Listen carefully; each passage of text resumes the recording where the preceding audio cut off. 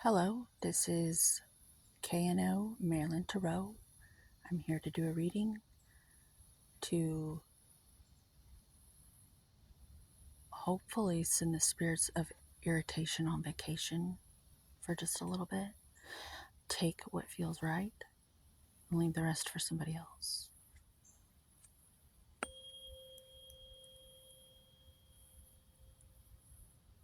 Today, one of my favorites, death. Death is the coolest thing ever.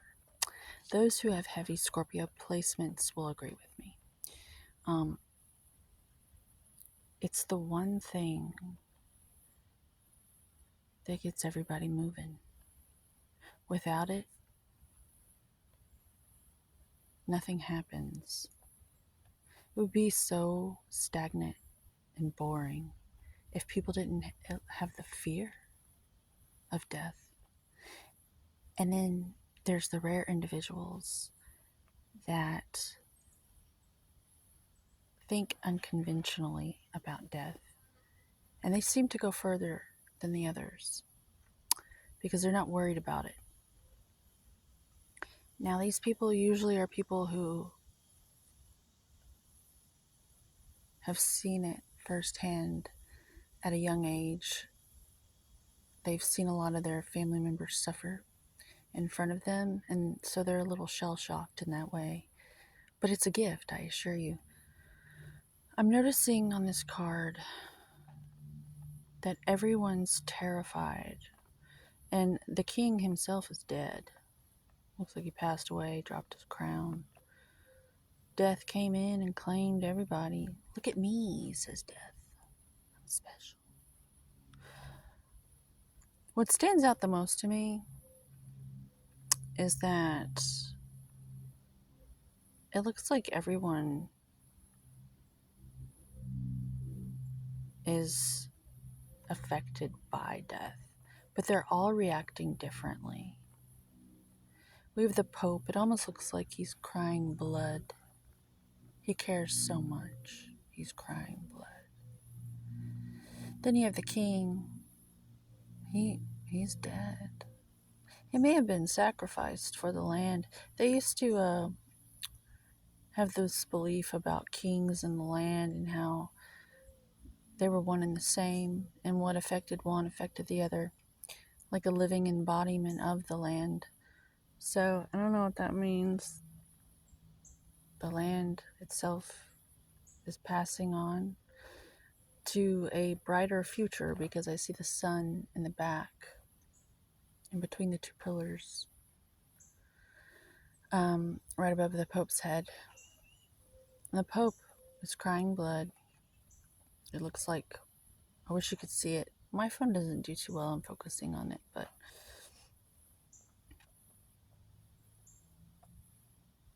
I see a lot more that I'm going to tell you because I don't believe I'm supposed to talk about it. But I'm noticing new things that I never noticed before. It almost looks like Niagara Falls in the back. And then I see a sailboat.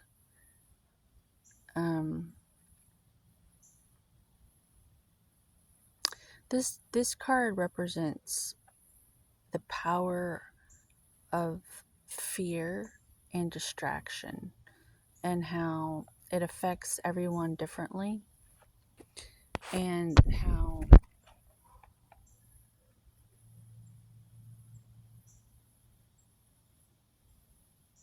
I'm noticing the spur on Death's shoe, and it's almost pointed towards the sail on this sailboat in the background. And it reminds me of how a lot of us are operating under this false program that something's going to come along and ruin our sailing ship. That we're trying to sail, kind of like Bob. And what about Bob? I'm sailing. What's going to come around and ruin it? But if you recall in that movie, he was cured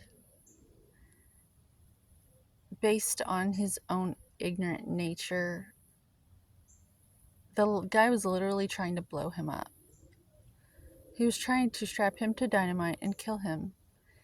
And Bob was so dedicated to being well and getting well.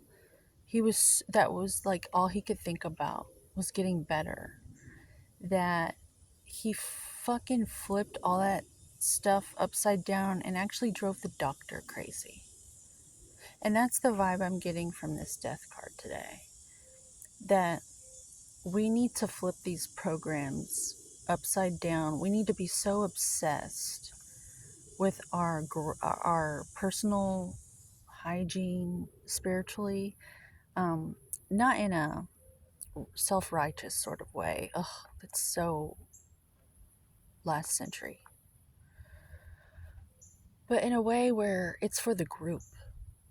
So we can be dependable individuals for the group. So we can show up day after day after day for those who count on us. So we need to be obsessed with being dependable, like it's our mission or something, because that's the best service you can possibly do. And it'll flip these programs upside down to where the programs themselves will just lose their ability to penetrate our psyches anymore, to where we outweigh these programs with our inability to even recognize them anymore, because we're so obsessed with getting well on our own internally, because that's what Bob did in this movie.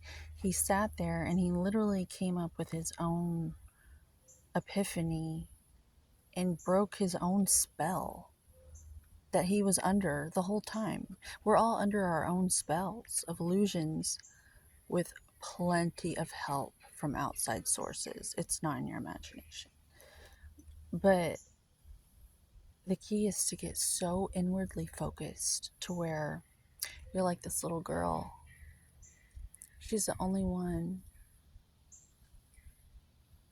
right here that's not even paying attention to death. It looks like she's going to be just fine. In fact, I see roses around her crown, like she's rising to the occasion as a rose, a sacred rose, a priestess in the making. I also notice the blood on her hands. Who knows what she did in the darkness? Perhaps she's responsible for the king's death. I don't know. Maybe he made their lives a living hell and she prayed and prayed and prayed so hard that her hands